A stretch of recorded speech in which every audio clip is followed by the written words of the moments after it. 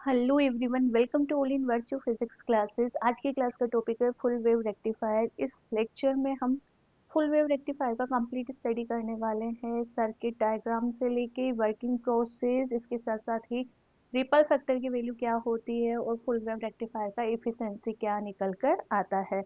तो एक ही लेक्चर में यहाँ पर आपको सब कुछ मिलने वाला है फुल वेव रेक्टिफायर से रिलेटेड। करें शुरू। सबसे पहले आप क्वेश्चन देखो। क्वेश्चन क्या है? Draw the circuit diagram of full wave rectifier. Full wave rectifier का सर्किट डायग्राम ड्रॉ करना है। Find the efficiency and ripple factor. Ripple factor और एफिशिएंसी दोनों कैलकुलेट करने हैं and compare to half wave rectifier. Half wave rectifier से आपको इसको कंपेयर भी करना है। लॉन्ग आंसर टाइप में ये क्वेश्चन आता है। तो सबसे पहले हम फुल वेव रेक्टिफायर की बात करते हैं। जिस तरह से हाफ वेव रेक्टिफायर से आप क्या फाइंड आउट कर रहे थे, ऑल्टरनेटिंग करंट से direct current. Similarly full wave rectifier भी क्या करता है, ऑल्टरनेटिंग करंट या वोल्टेज को डायरेक्ट करंट या वोल्टेज के अंदर कन्वर्ट करता है। डिफरेंस क्या है हाफ वेव रेक्टिफायर में? जो आप इनपुट प्रोवाइड करवा रहे थे उसका केवल पॉजिटिव हाफ साइकिल ही किस में कन्वर्ट हो रहा था, डीसी के अंदर कन्वर्ट हो रहा था। ठीक है। बट फुल वेव रेक्टिफायर में पॉजिटिव और नेगेटिव दोनों ही सर्कल, मैं क्या बोल रहा हूँ बेटा, एसी का पॉजिटिव और नेगेटिव दोनों ही पार्ट यहाँ पर किस में कन्वर्ट होते हैं, डीसी के अंदर कन्वर्ट होते हैं। और इस तरह से कंटिन्यूअस डीसी वेव हमें यहाँ पे फाइंड आउट होती है या डीसी करंट हमें फाइंड आउट होती है फुल वेव रेक्टिफायर से। सो फुल वेव रेक्टिफायर भी क्या करता है, ऑल्टरनेटिंग करंट को डीसी करंट के अंदर कन्वर्ट करता है। और यहाँ पर ऑल्टरनेटिंग इनपुट करंट का पॉजिटिव और नेगेटिव दोनों ही पार्ट यहाँ पर डीसी के अंदर कन्वर्ट होता है। ठीक है। तो देखो इधर, सबसे पहले आप लिखो full wave rectifier are use to convert AC voltage to DC voltage requiring multiple diodes to construct. जिस तरह से हाफ वेव रेक्टिफायर में केवल आप सिंगल डायोड यूज में लेके चल रहे थे ना, बट यहाँ फुल वेव रेक्टिफायर में आपको दो या दो से ज्यादा डायोड की नीड होती है। Full wave rectification is the process of converting AC signal to DC signal. Full wave rectifiers specify convert both positive and negative half cycle of AC waveform। जो आप इनपुट में डालोगे ना उसका पॉजिटिव और नेगेटिव दोनों हाफ साइकिल यहाँ पे काम में आता है। So that the rectification efficiency is increased.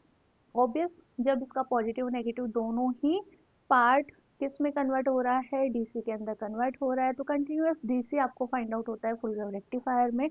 तो इसका एफिशिएंसी इंक्रीज हो जाएगा and the value of ripple factor and voltage regulation are reduced। Clear है? सो फुल वेव रेक्टिफायर हमारे पास टू टाइप के हैं। The one is centre tapped full wave rectifier and second is full wave bridge rectifier. आप twelfth class वाला content भी use में ले सकते हो, कोई दिक्कत नहीं है। ठीक है। ये आपने ट्वेल्थ में भी पढ़ा हुआ है, full wave rectifier, centre tapped और ब्रिज रेक्टिफायर। सेंटर टैप में हम दो डायोड यूज में लेते हैं, ब्रिज के अंदर हम चार डायोड यूज में लेते हैं। तो पहले यहाँ पर सेंटर टैप्ड उठा लेते हैं। इसमें हेडिंग डालो सेंटर टैप्ड रेक्टिफायर या फिर फुल वेव रेक्टिफायर। सबसे पहले सर्किट डायग्राम की हम यहाँ पे बात करेंगे। इस सर्किट में हमें क्या क्या रिक्वायरमेंट है? इस सर्किट के अंदर टू डायोड, यहाँ पर आपके पास एक और ये दो, क्या होंगे, दो डायोड होंगे।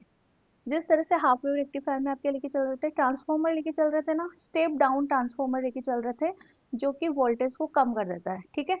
यहाँ पर हम स्टेप डाउन की जगह सेंटर टेप्ड ट्रांसफॉर्मर लेंगे। अब ये सेंटर टेप ट्रांसफॉर्मर क्या है?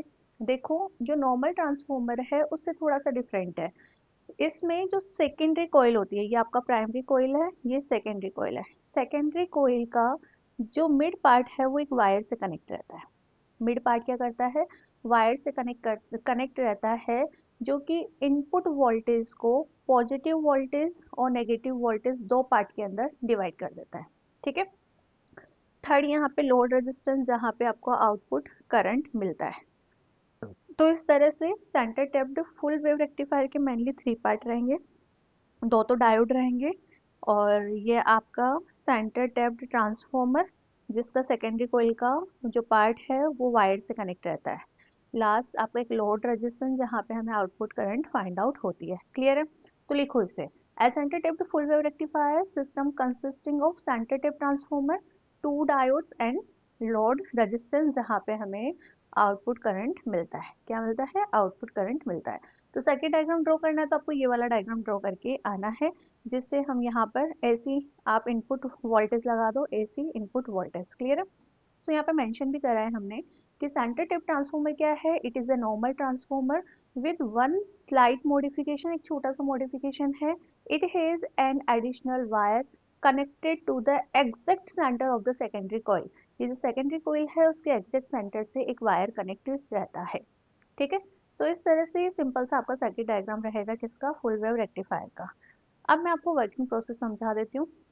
देखो वर्किंग प्रोसेस के लिए मैं डायग्राम यही ले लूँ काम में, यहाँ पे मैं अगेन ड्रॉ कर देती हूँ ताकि आपको समझने के लिए इजी रहेगा, थोड़ा बड़ा हो जाएगा ना। ये आपका क्या है, ट्रांसफॉर्मर, सेंटर टैप ट्रांसफॉर्मर है, बीच में से वायर कनेक्ट है, ये आपका डायोड D1 है और यहाँ पे आपका डायोड D2 है। इसको मैं पॉइंट ए बोल रही हूँ बेटा, इसको पॉइंट बी बोल रही हूँ।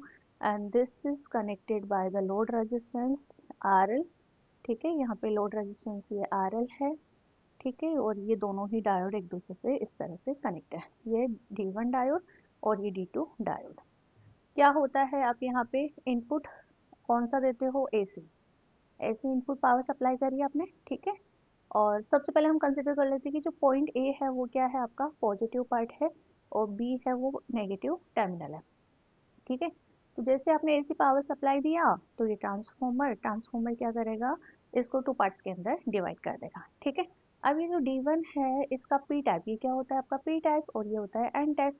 पी टाइप पॉजिटिव टर्मिनल से कनेक्ट है, मतलब D1 आपका क्या रहेगा बेटा इसमें, फॉरवर्ड बाइस में, ठीक है। तो जिस तरह इनपुट दोगे आउटपुट उसी तरह से मिलेगा। तो सबसे पहले फर्स्ट हाफ साइकिल में आपका, आपने ये डाला इनपुट वेव, इनपुट वेव डाला तो D1 क्या है आपका फॉरवर्ड में और ये नेगेटिव है और ये पी टाइप है और ये एन टाइप है, मतलब ये रिवर्स बाइस में। तो इट मीन जब आप ये पॉजिटिव हाफ साइकिल डाल रहे हो तो D1 आपका फॉरवर्ड बाइस में है, D1 फॉरवर्ड बाइस में है, तो जैसे इनपुट डाला वैसे ही हमें आउटपुट मिल गया। क्लियर है, बात समझ आई। अब देखो बेटा सेकेंड हाफ साइकिल में, ये सेकेंड हाफ साइकिल है, सेकेंड हाफ साइकिल में ये टर्न करेगा, ये नेगेटिव और ये आपका पॉजिटिव। सेकेंड हाफ साइकिल में D1 आपका किस में आया, सेकेंड हाफ साइकिल में D1 आपका गया रिवर्स में, ठीक है। और D2 आपका कहाँ गया, फॉरवर्ड में, ठीक है। तो ये नेगेटिव हाफ साइकिल की वजह से आपका जो D2 है वो फॉरवर्ड बाइस के अंदर है और यहाँ पर भी आपको आउटपुट करंट मिल रही है। फिर अगेन ये टर्न आउट करेगी, ये पॉजिटिव और ये नेगेटिव, पॉजिटिव हाफ साइकिल की वजह से आपको आउटपुट मिला, फिर नेगेटिव हाफ साइकिल की वजह से, फिर पॉजिटिव हाफ साइकिल, फिर नेगेटिव हाफ साइकिल। तो इस तरह से हमें कंटिन्यूअस डीसी करंट यहाँ पर मिल रहा है। आई नो दैट कि टाइम के साथ वेरी कर रहा है, मैग्नीट्यूड इसका चेंज हो रहा है, बट हमें ये कंटिन्यूअस डीसी करंट मिल रहा है। जो आपने एसी इनपुट करा है उसका पॉजिटिव नेगेटिव दोनों साइकिल काम में आ रहा है। तो इसी तरह से इसकी एफिशिएंसी क्या हो जाएगी, इंक्रीज हो जाएगी, रिपल फैक्टर और वोल्टेज रेगुलेशन डिक्रीज हो जाएगा और सभी की वैल्यू हम अभी कैलकुलेट करने वाले हैं, ठीक है। तो ये सिंपल सा आपका यहाँ का वर्किंग प्रोसेस रहेगा फुल वेव रेक्टिफायर का। मैं इसको इरेज कर देती हूँ और आपको कंप्लीट इसको लिखवा भी देती हूँ कि एग्जाम में किस तरह से आपको इसकी वर्किंग प्रोसेस भी एक्सप्लेन करके आनी है। This type of construction divided the AC voltage into two equal and opposite voltage. First is the positive and second is the negative voltage. Clear? Working देखो सारे डायग्राम बनाना बहुत इफेक्टिव रहेगा क्योंकि हमने हर एक प्रोसेस को डायग्राम के थ्रू एक्सप्लेन करा है। When we apply AC voltage to input transformer, जैसे आप यहाँ पे input transformer AC voltage apply करोगे during the positive half cycle of AC voltage, ये जो पॉजिटिव हाफ साइकिल है दैट टाइम ध्यान रखना यहाँ पे 1 लिखना चाहो तो ठीक, 2 लिखना चाहो तो ठीक, ए और बी लिखना चाहो तब भी ठीक, कोई दिक्कत नहीं है, ठीक है। तो टर्मिनल ए क्या है आपका पॉजिटिव, तो सेंटर टेप पे यहाँ पर पोटेंशियल 0 है और सेकेंड वाले टर्मिनल पे या बी टर्मिनल पे आपका क्या है नेगेटिव। तो इन दिस केस D1 आपका किस में हुआ बेटा, फॉरवर्ड में, ये क्या है आपका फॉरवर्ड बाइस और ये किस में है रिवर्स बाइस। तो फॉरवर्ड बाइस D1 की वजह से आपको यहाँ पे आउटपुट करंट मिलेगा, ठीक है। तो आप इसको मेंशन करो, we apply an AC voltage to input transformer during the positive half cycle of AC voltage, terminal 1 will be the positive, center tap will be at a zero potential and terminal 2 will be at negative potential ठीक है।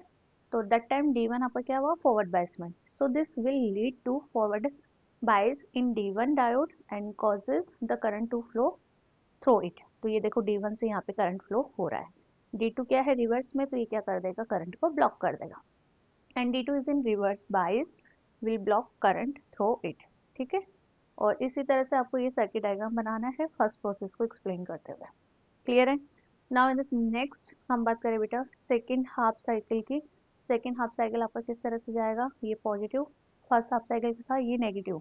ये वाला second half cycle T/2 से T time में. ठीक है. Capital T लिख लो, ज़्यादा बेटर है. कैपिटल T/2 से T, और ये जीरो. जीरो से T/2 में पॉजिटिव हाफ साइकिल है. T/2 से T में आपका नेगेटिव हाफ साइकिल है. So during the negative half cycle, the AC input voltage terminal 2 will be become positive relative to second terminal. ये आपका पॉजिटिव है और ये नेगेटिव है. बताओ जल्दी से, D2 किस में गया, फॉरवर्ड बायस में ना. और D2 फॉरवर्ड बायस में है तो इसकी वजह से आपको आउटपुट वोल्टेज यहाँ आउटपुट करंट मिलेगा. और D1 कहाँ है, रिवर्स बायस में. तो D1 यदि रिवर्स में है तो ये तो करंट को ब्लॉक कर देगा. तो इस तरह से केवल हमने करंट यहाँ पे फ्लो करते हुए रिप्रेजेंट करी है, किससे, थ्रू द D2 डायोड. सो इसको मेंशन करो. This will lead to bias, forward bias in diode D2 and the causes the current flow through it, and during this time D1 is in reverse bias and will block current through it. बात समझ आई. तो इस तरह से हमने क्या देखा कि जो पॉजिटिव हाफ साइकिल है दैट टाइम आपका D1 कंडक्ट है और नेगेटिव हाफ साइकिल में D2 कंडक्ट है.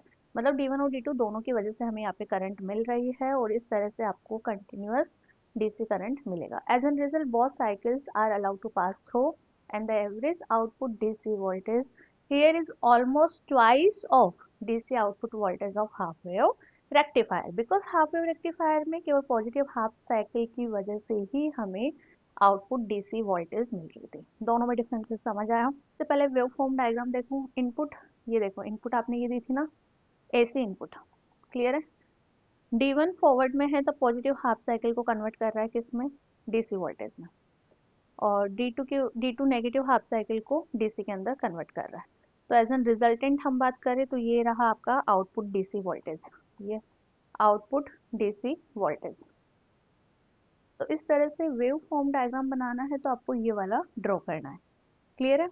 अब देखो मैथमेटिकल देख लेते हैं इसका. सबसे पहले क्या क्या कैलकुलेट करेंगे, अगेन VDC, या फिर हम बात करें VDC कैलकुलेट कर लो, IDC अपने आप लिख लेंगे अपन. ठीक है. VRMS, यहाँ से हम IRMS सेम लिख लेंगे, सेम ही होता है. ठीक है. और प्रोसेस सेम रहेगा. थर्ड हम कैलकुलेट करेंगे बेटा यहाँ पे एफिशिएंसी. फोर्थ हम यहाँ पे रिपल फैक्टर की बात करेंगे और फिफ्थ हम यहाँ पे वोल्टेज रेगुलेशन कैलकुलेट करेंगे. करें शुरू. VDC या IDC क्या है, again average value of current या एवरेज वैल्यू ऑफ वोल्टेज जो कि हमें लोड रेजिस्टेंस पर फाइंड आउट हो रहा है. ये हाँ, ये शॉर्ट फॉर्म में मैंने अगेन ये ऐड करा है. देखो जब आपका A पॉजिटिव है तो D1 फॉरवर्ड बायस में है, D2 रिवर्स बायस में जब B नेगेटिव है. ठीक है. ये पॉजिटिव हाफ साइकिल की बात कर रहे हैं. सेकेंड हाफ साइकिल की हम बात करें तो A कहाँ जाएगा, नेगेटिव टर्मिनल पे. और A नेगेटिव है तो आपका D1 क्या हो जाएगा, रिवर्स. और B पॉजिटिव है तो D2 क्या हो जाएगा आपका, फॉरवर्ड बायस. ठीक है. देखो सबसे पहले हम क्या कंसिडर कर लेते हैं कि हमने जो इनपुट वोल्टेज डाली है प्राइमरी कॉइल पे, ये इस तरह से प्राइमरी कॉइल पे हमने जो इनपुट डाली है VI equal to VS sine omega T. जिस तरह से हमने हाफ वेव रेक्टिफायर में निकाला सेम वही प्रोसेस है. ठीक है. और सेकेंडरी कॉइल में यदि number of turns small n है तो यहाँ पे सेकेंडरी कॉइल पे वोल्टेज कितना हो जाएगा, NVS sign omega T. NVS को हम VM लिख ले तो V इक्वल टू क्या आया, VM साइन ओमेगा टी. ठीक है. V पता लग गया तो I M निकाल लेंगे. कैसे निकालें, देखो इधर, this is V equal to VM sine omega T. I equal to V by R होता है. ठीक है. तो V की वैल्यू पुट करो, VM sine omega T. R यहाँ पर क्या है, रेजिस्टेंस. शॉर्ट रेजिस्टेंस आएगा बेटा, फॉरवर्ड रेजिस्टेंस आएगा और इसके साथ साथ ही लोड रेजिस्टेंस आएगा. इसमें भी हम RS प्लस RF को कैपिटल R लिख लेते हैं. तो I कितना हुआ आपका, VM sine omega T upon R plus RL. ठीक है. VM upon R plus RL को हम IM लिख दे तो I इक्वल टू क्या हो जाएगा, IM साइन ओमेगा टी. तो इस तरह से V निकाल लिया और I हमने कैलकुलेट कर लिया कितना आ रहा है, I equal to IM sine omega T. ठीक है. So this is the value of current और V equal to Vm sin omega t, this is the value of voltage. ठीक है, अब टाइम पीरियड की बात करें तो 0 से t टाइम में, t बाई 2 में आपका क्या है, वोल्टेज और करंट पॉजिटिव है। ठीक है, तो ये हमने पहले वोल्टेज डिफाइन कर दी कि पॉजिटिव हाफ साइकिल में v equal to V M sine omega T है। क्यों? बिकॉज आपका इनपुट करंट बेटा इस तरह से 0 t बाई 2 और ये t। क्लियर? t बाई 2 से t टाइम पीरियड में आपका जो वोल्टेज है वो क्या है, नेगेटिव है, तो माइनस का V M sine omega T लूंगी मैं। हाफ वेव रेक्टिफायर में तो ये जीरो था। जीरो क्यों था? बिकॉज याद है आपको कि जो नेगेटिव हाफ साइकिल था वो काम में ही नहीं आ रहा था, ब्लॉक होते जा रहा था। ठीक है, but in the full wave rectifier negative half cycle भी काम में आ रहा है। दैट्स वाई हमने टी बाई 2 से टी टाइम पीरियड के अंदर वोल्टेज क्या डिफाइन करा है, माइनस का V M sine omega T. इसी तरह से यदि मैं आपको करंट डिफाइन करने के लिए बोलूँ तो कर दोगे। इस वाले टाइम पीरियड में करंट कितना है, I am sine omega T. Similarly T by 2 से टी वाले टाइम में माइनस का I am sine omega T. Clear है? तो इस तरह से हमने आई और वी दोनों डिफाइन कर दिए टाइम पीरियड के अकॉर्डिंग। नाउ अब हम कैलकुलेट करते हैं average value of DC voltage. क्या फॉर्मूला होता है, V D C equal to 1/t 0 से t वी डी टी। अब सबसे पहले इस लिमिट को ब्रेक करो, 0 से t by 2 V D T plus 1/t को बाहर रख लो, t बाई 2 से t V D T. Clear है? अब इस टाइम पीरियड में v की वैल्यू क्या है और इस टाइम पीरियड में v की वैल्यू क्या है, दोनों वैल्यूज पुट कर दो, सिंप्लीफाई कर दो। अब तो इजी है, 0 से t बाई 2 में वैल्यू कितना है, V M sine omega T, और t बाई 2 से t वाले टाइम पीरियड में कितना है, माइनस का V M sine omega T. तो मैंने माइनस यहाँ पे कॉमन ले लिया। अब क्या करना है आपको, साइन ओमेगा टी इसका t के रेस्पेक्ट में इंटीग्रेशन करना है और यहाँ पर भी t के रेस्पेक्ट में हमें इंटीग्रेशन करना है। तो कर लोगे ना, साइन का क्या होता है, माइनस का कोस omega T is divide by omega. ठीक है, तो पुट करो, Vm हमने यहाँ पे बाहर ले लिया, ये देखो Vm क्या है, कांस्टेंट वैल्यू, तो इसको हमने बाहर ले लिया। ठीक है, अब इंटीग्रेशन करा हमने, माइनस का कोस ओमेगा टी अपॉन ओमेगा, यहाँ पर भी माइनस ऑलरेडी था बाहर और एक माइनस इंटीग्रेशन का आया तो माइनस माइनस प्लस हो गया।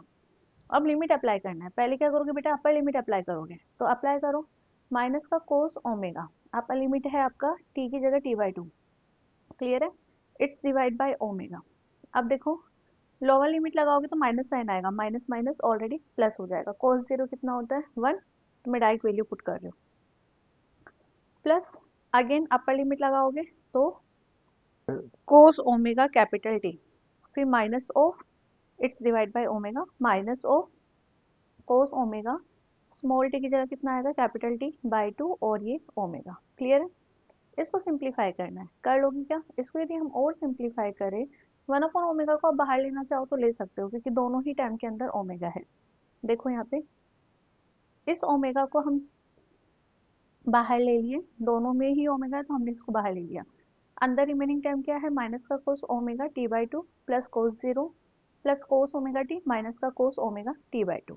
अब इस ओमेगा को क्या लिख सकते हैं, 2 पाई बाई टी ना, इसको हमने 2 पाई बाई टी लिखा, तो ये टी से टी कन्वर्ट कैंसिल आउट और ये 2 से 2 कैंसिल आउट। ठीक है, कोस पाई कितना होता है, -1, ऑलरेडी एक माइनस साइन है तो कितना हुआ 1, प्लस कोस जीरो कितना होता है 1, प्लस यहाँ टी से टी कैंसिल, कोस 2 पाई अगेन 1।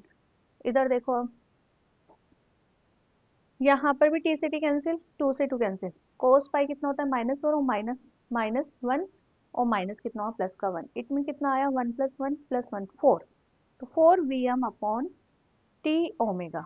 ये वैल्यू मेरे पास आ रही है किसकी, वी डी सी की। क्या आपकी भी यही आ रही है? देखो अभी देख लेते हैं, 4 V M upon T omega, यही वैल्यू आ रही है। ठीक है भाई, ओमेगा को क्या लिख सकते हैं, 2 पाई बाई टी ना, तो हमने अगेन ओमेगा को यहाँ पर 2 पाई बाई टी लिखा। इससे क्या हुआ, ये टी से टी कैंसिल और ये 2 से हमने 4 कैंसिल करा, तो 2 वी एम अपॉन पाई, ये वैल्यू आ रही है मेरे पास किसकी, वीडीसी की, for the full wave rectifier. अब वीडीसी निकल गया तो आईडी से सिमिलर लिख लेना हम, क्या 2 I am upon pi. This is the value of current at a load resistance. कौन सा, average value of current. Clear है? तो आईडी से कितना आया, 2 आई एम अपॉन पाई, याद रखना क्योंकि आगे यदि हम एफिशिएंसी कैलकुलेट करेंगे तो वहाँ पे डायरेक्ट वैल्यूज पुट करेंगे। क्लियर है ना? बढ़े आगे, अब वी आर एम एस निकाल लेते हैं। वी आर एम एस जिस तरह से हम हाफ वेव रेक्टिफायर में निकाल रहे थे उसी तरह से निकालना है। 1/t 0 से t v square D T half.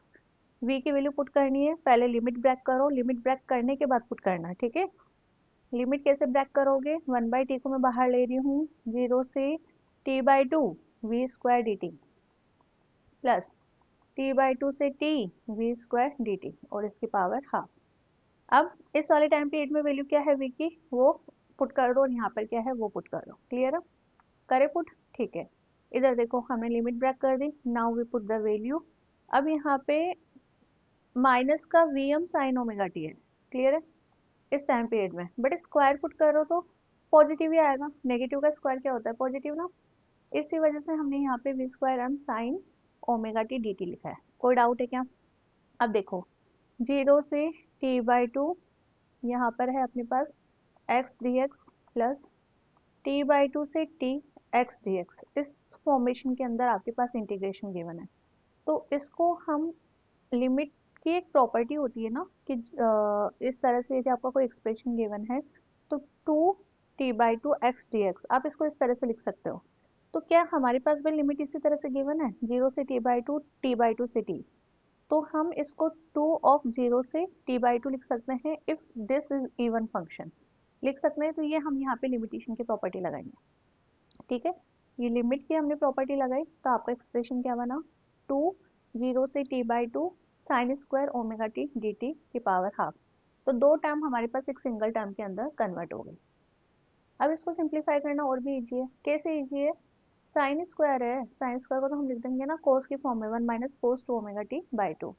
तो साइन स्क्वायर का 1 minus cos two omega T by two की फॉर्म में लिखो और इसका इंटीग्रेशन सिंप्लीफाई करो। जिस तरह से हाफ वेव रेक्टिफायर में करा था सेम वो ही प्रोसेस है। कोस टू ओमेगा टी का आप करोगे तो यहाँ पे जीरो आएगा, केवल 1/2 का यहाँ पे इंटीग्रेशन रहेगा। बट आप यहाँ पे पूरा सिंप्लीफाई कर लेते हैं।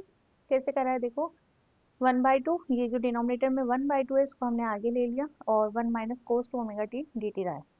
अब देखो यहाँ पर जो फर्स्ट टर्म है 1 है, इसका करेंगे तो t आएगा ना, ये t, इसकी पावर 0 से t/2 माइनस कोस का करो कितना आएगा, साइन। कोस का क्या होता है, साइन होता है ना, तो sine 2 omega T it's divide by 2 omega और इसकी लिमिट आपके लगाओगे 0 से t/2 लगाओगे, ठीक है। लिमिट पुट करो इसकी और इसको सिंप्लीफाई करो। हमने लिमिट पुट कर दी और इसको सिंप्लीफाई करा तो आपके पास ये वाला जो टर्म है, वैसे भी ये तो पूरा जीरो आता है, हमने सिंप्लीफाई पहले भी कर रखा है, केवल ये वाला टर्म भी हमारे पास रिमेनिंग रहता है, ठीक है। तो इस तरह से लिमिट अप्लाई करने के बाद हमारे पास जो वी आर एम एस है वो कितना आ रहा है, V M by root two. Similarly I R M S कितना आएगा, पूरा कैलकुलेट नहीं करना, I M by root two, ठीक है। अब आईडी से निकाल लिया हमने, वीडी से निकाल लिया हमने, आई आर एम एस निकाल लिया हमने और वी आर एम एस निकाल लिया। तो अब क्या कैलकुलेट करें, इफिशिएंसी कैलकुलेट कर लेंगे। इफिशिएंसी कैलकुलेट करें, सो नेक्स्ट आप इसी में हेडिंग डालो इफिशिएंसी। इफिशिएंसी क्या होती है, ratio of average DC power और एवरेज एसी पावर। तो P DC it's divide by P AC. Power क्या होता है, आई स्क्वायर आर। तो पी डी सी कितना आएगा, पी डी सी बताओ जल्दी से, आई डी सी, और कहाँ मिलता है, लोड रेजिस्टेंस पे, तो आर एल, ठीक है। सो नाउ इस फॉर्मूले के अंदर ये दोनों वैल्यूज पुट करो और इसको सिंप्लीफाई करो। करे सिंप्लीफाई, नेक्स्ट मैंने कर रखा है, आगे देखो जिस तरह से हाफ वेव रेक्टिफायर में निकाला सेम वही प्रोसेस है। ऊपर से नीचे डिनोमिनेटर में आर एल कॉमन ले लो, इसको और सिंप्लीफाई करना है, ये हम इसको सिंप्लीफाई कर ही लेते हैं। R L upon I square R M S, R L यदि हमने कॉमन लिया तो 1 plus R upon R L, ठीक है। ये यहाँ से ये वाला भी कैंसिल। आईडीसी और आईआरएमएस दोनों हमने कैलकुलेट करे, वैल्यूज पुट कर दो। क्या क्या वैल्यूज थी, पुट कर दो, यही वैल्यूज थी ना। सो नाउ हमने दोनों वैल्यू पुट करी यहाँ पे आईडीसी और आईआरएमएस की, पुट करके सिंप्लीफाई कर लो। कैसे, आई स्क्वायर एम, ये कैंसिल आउट हो गया। ऊपर कितना है, 4 multiple to 8, 8 upon pi square 1 plus R upon R L, clear है। Again R L is the much much greater than R, तो आपका ये वाला टर्म नेग्लिजिबल, तो बेसिकली 8 अपॉन पाई स्क्वायर। अब इसको हमने क्या करा है, परसेंटेज की फॉर्म में निकाला है, तो कितना आ रहा है 80.2%। कितना है 80.2%। तो जस्ट ये डबल हो गया हाफ वेव रेक्टिफायर का। वहाँ पे 40.67 आ रहा था और अभी यहाँ पे कितना आ रहा है, एफिशिएंसी 80.2% आ रहा है। तो इस तरह से फुल वेव रेक्टिफायर का एफिशिएंसी कितना होता है, 80.2% आता है। और एग्जाम में आता है तो आप कैलकुलेट कर लोगे ना, सो नाउ रिपल फैक्टर, एक और टर्म बाकी है रिपल फैक्टर, वो भी कैलकुलेट कर लेते हैं। रिपल फैक्टर क्या होता है, फॉर्मूला याद है, आईएसी अपॉन आईडीसी। इसको कैलकुलेट करने के लिए कहाँ जा रहे थे, आईआरएमएस पे, तो हमने इस तरह से आईआरएमएस का फॉर्मूला लिखा था और यहाँ से आई स्क्वायर डी सी हमने कॉमन लिया, तो 1 plus I square A C, I square D C. अब I square R M S is divide by I square D C, ये कितना बना, 1 plus I square A C upon I square D C. ठीक है, अब अपने को तो क्या चाहिए, अपने को चाहिए ये वाली टर्म। तो कैसे करें इसको, आगे सिंप्लीफाई कर लो। 1 को यदि मैं इधर ले आऊँ तो ये -1 चल जाएगा और दोनों तरफ रूट स्क्वायर कर दूँ तो आई ए सी अपॉन आई डी सी का फॉर्मूला निकल कर आ जाएगा। जिस तरह से हाफ वेव रेक्टिफायर निकाला है सेम वही है, तो हाफ वेव रेक्टिफायर वाला लेक्चर अच्छे से अटेंड कर लेना। उसका लिंक मैं आपको डिस्क्रिप्शन बॉक्स के अंदर मेंशन कर रही हूँ, एक समझ लो, सेकंड अपने आप खुद कर लोगे। ठीक है, तो देखो इधर ये आई स्क्वायर आर एम एस, यहाँ से आई डी सी हमने कॉमन लिया, आई डी सी को आई स्क्वायर आर एम एस के डिनोमिनेटर में लेकर आओ, डिनोमिनेटर में लेकर आए तो ये एक्सप्रेशन बना। आई ए सी अपॉन आई डी सी चाहिए तो 1 को मैं इधर ले आऊँ, 1 को मैं इधर लेकर आ गई। ठीक है, और अभी 2 मिनट यहाँ से हाफ हटाओ। ठीक है, अब आई ए सी चाहिए, आई ए सी अपॉन आई डी सी चाहिए तो दोनों तरफ रूट स्क्वायर कर दो, यहाँ से इसको हटा दो।